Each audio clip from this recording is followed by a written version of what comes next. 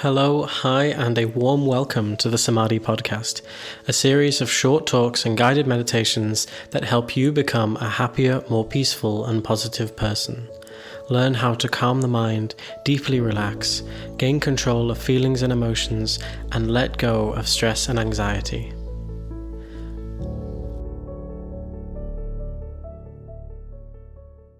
This week, we're talking about developing a daily meditation practice. In modern-day society, meditation can be used as a remedy for life's problems, when stress becomes too much, when anxiety is kicking in or the kids are screaming. If you look at meditation as simply a tranquilizer, as like paracetamol for a headache, then you're missing the bigger picture of what it can be doing for you. Meditation in the Buddhist context and in the contemplative tradition context means cultivating the heart and mind. Cultivating it in order to grow, to mature, to reach and to transcend our positive inequalities. So when we speak of meditation, many think of the formal sitting down type, in the full lotus position on a nice cushion. But this is not the only way to meditate. Meditating in a formal seated way is a support, and it's a very useful skill. It's a chance to develop exceptional levels of mindfulness, concentration, but it is not the path on its own, and it is not the only form of meditation either. So meditation, the definition, the translation, means to cultivating the heart, or the heart-mind. So anytime we're engaging in any sort of mental training or practice of the mind, this is meditation. So it's common to think that we need to set aside a special time or a special place to meditate. And while this is helpful for our formal meditation practices, the true purpose of meditation is to help us here and now on a daily basis while we're out there interacting with the world, when the kids are screaming, when we're in traffic, when there's stress at work. So it's to help us achieve and maintain exceptional levels of inner peace, emotional balance, and mental health in the midst of all that trials and tribulations of our daily life, throughout all the ups and downs. That's really what meditation is for. So if it's to help us in the midst of a busy life, then it must be a dynamic practice, not a practice that's confined to a chair or a cushion. So your daily meditation practice, then, it's in the here and now. Moment-to-moment awareness, moment-to-moment cultivation. It's with you not just during the ups and downs, conflicts, disappointments, heartbreaks, but especially during those times, because that's when it's most useful.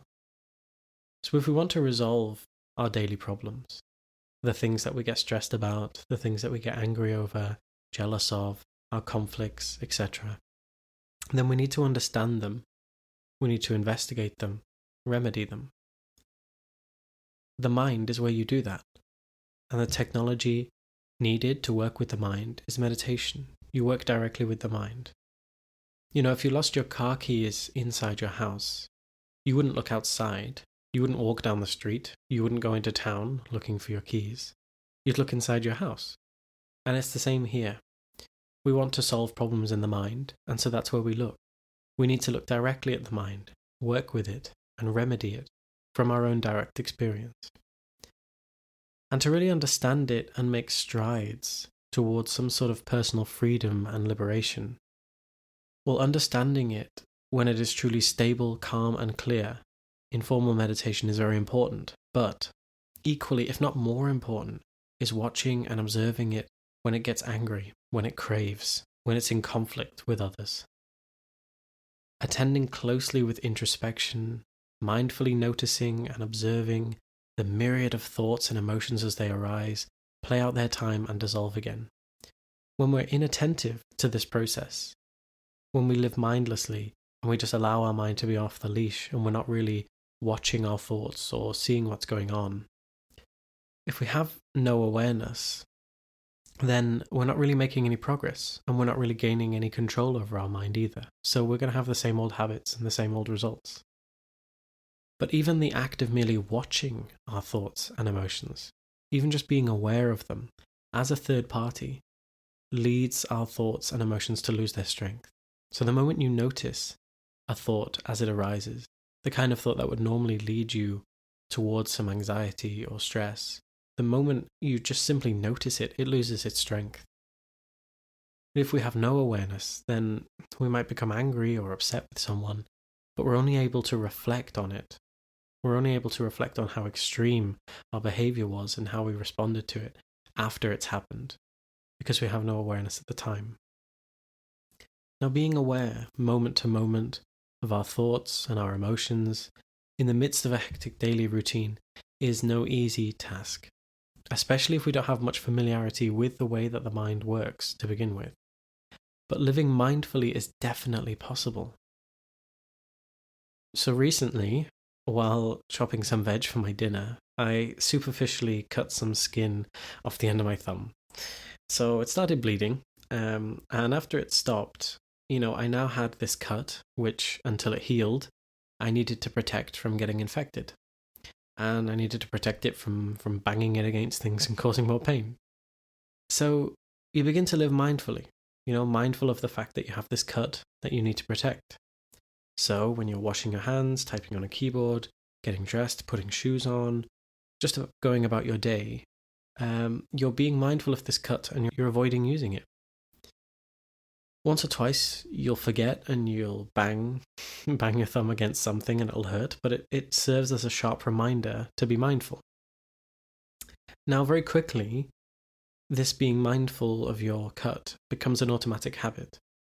Very soon you don't have to consciously think about it moment to moment, because there's a deeper level of mind doing the job, and you're just automatically keeping your thumb out of harm's way. You're just keeping that cut clean and avoiding getting it dirty. So it's all about familiarity. Living mindfully is definitely possible because we do it all the time. There's that example, but then we're mindful that on the way home we need to pick up some shopping. So it doesn't mean that all day we think, I need to pick up some bread, I need to pick up some bread, I need to pick up some bread. No, I can't help you. Sorry, I'm trying to be mindful. I need to pick up some bread. I need to pick up some bread.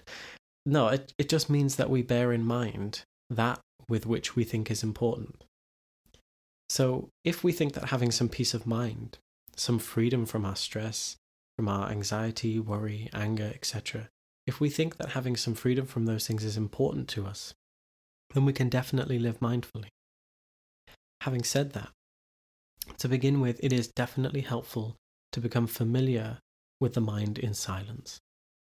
Not silent in terms of no thoughts, but a mind that is free from discrimination, not preferring one thought over another or no thoughts over some thoughts. So begin by taking some time to just sit quietly, have your eyes partially open, turn your awareness to your mental domain, to the place where dreams, thoughts, images occur, and then quietly observe. When thoughts, images, or emotions arise, don't follow them. Simply watch them.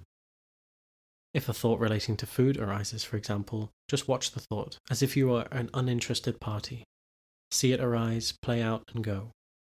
Actually thinking about the food and planning your next meal is not the object of that meditation. It's just watching. So you simply watch the thoughts.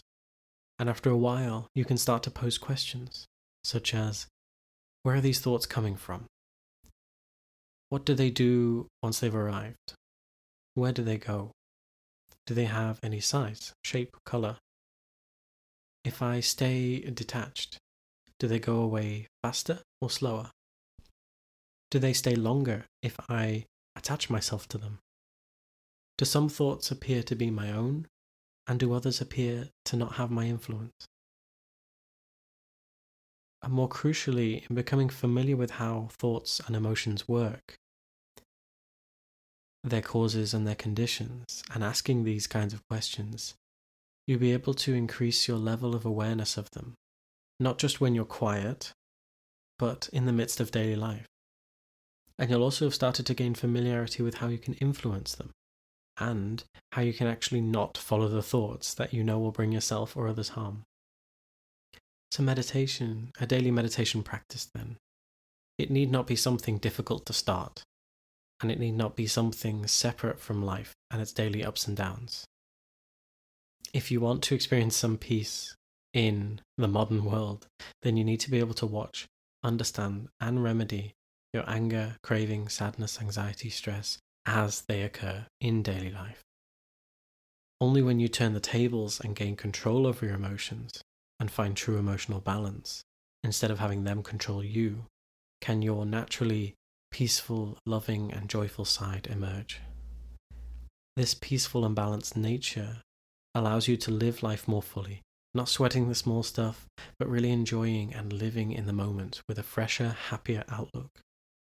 And what you saw as a problem before just might not be a problem anymore.